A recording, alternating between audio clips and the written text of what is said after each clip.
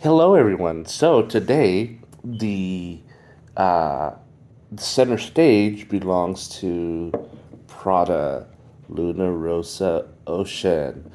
All right. So, all things considered, this was a huge surprise for me. I I gotta be honest with you. I have stayed away from the Prada line, not because I don't like it. Number one, because my economy used to only allow me to buy stuff at discounters, rack stores, et cetera, et cetera. So when I got the opportunity to to get a free fragrance from Influencer, this is the first free fragrance I got from Influencer. I got it a year ago. Uh, I almost it was one of those things where you see it pop up on Facebook. Would you like to have a free product if you can, give us your thoughts? And you're kind of thinking about it, going, I wonder if this thing is real or not. These fragrances, anybody that buys these product fragrances knows that the Luna Rossa line doesn't actually have a cap. It comes with these. For some reason, I've decided to keep mine. And all right, so when I first got this, I got to say I was confused. Luna Rossa Ocean. The very first thing that popped into my head was everything that came from the Nautica line, whether it was Nautica, Nautica Blue, Nautica Voyage, Nautica Life, etc., since those are the aquatics, or even Cool Water. How many remember Cool Water? I've got to say that officially, I am considering Cool Water to be my first fragrance, since that's the first one that I actually purchased with my money, or any of the aqua fragrances that are out there, the Invictus Aqua or the Eternity Aqua and the Aquatic Takes. The Tommy Bahama fragrances that everybody loves because they're priced so well, especially at rack stores. This has nothing in common with. You can tell I have used this fragrance to death. So, uh, going forward, I guess you'll already know that I love this fragrance. This fragrance is a perfect year-round fragrance.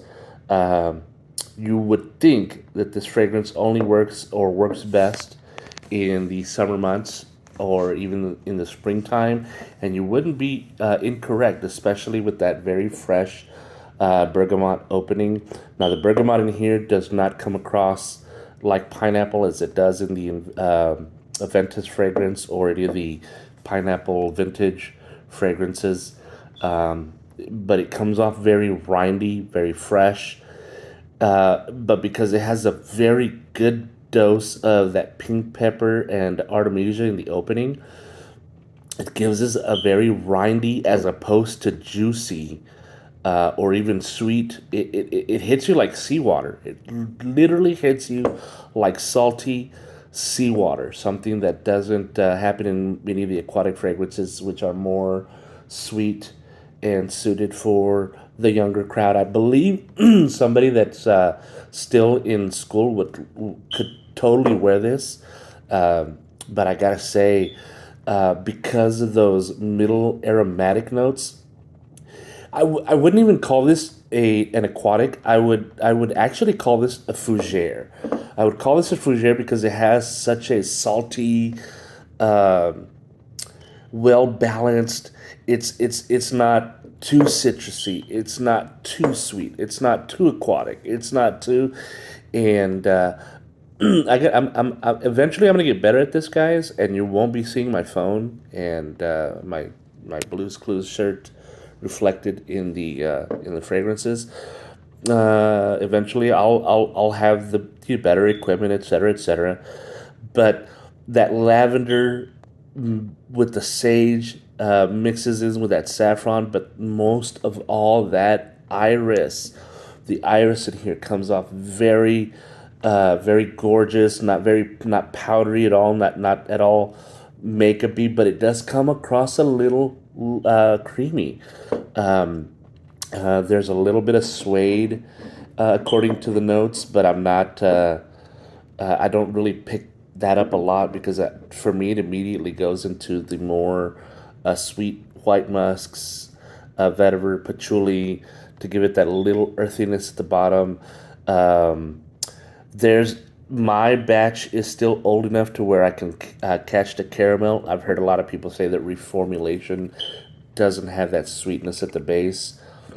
I'm sorry to hear that, but this fragrance has been an absolute wonderful dumb reach for me at any time of the day. Quite honestly, I probably reach for this more than I should.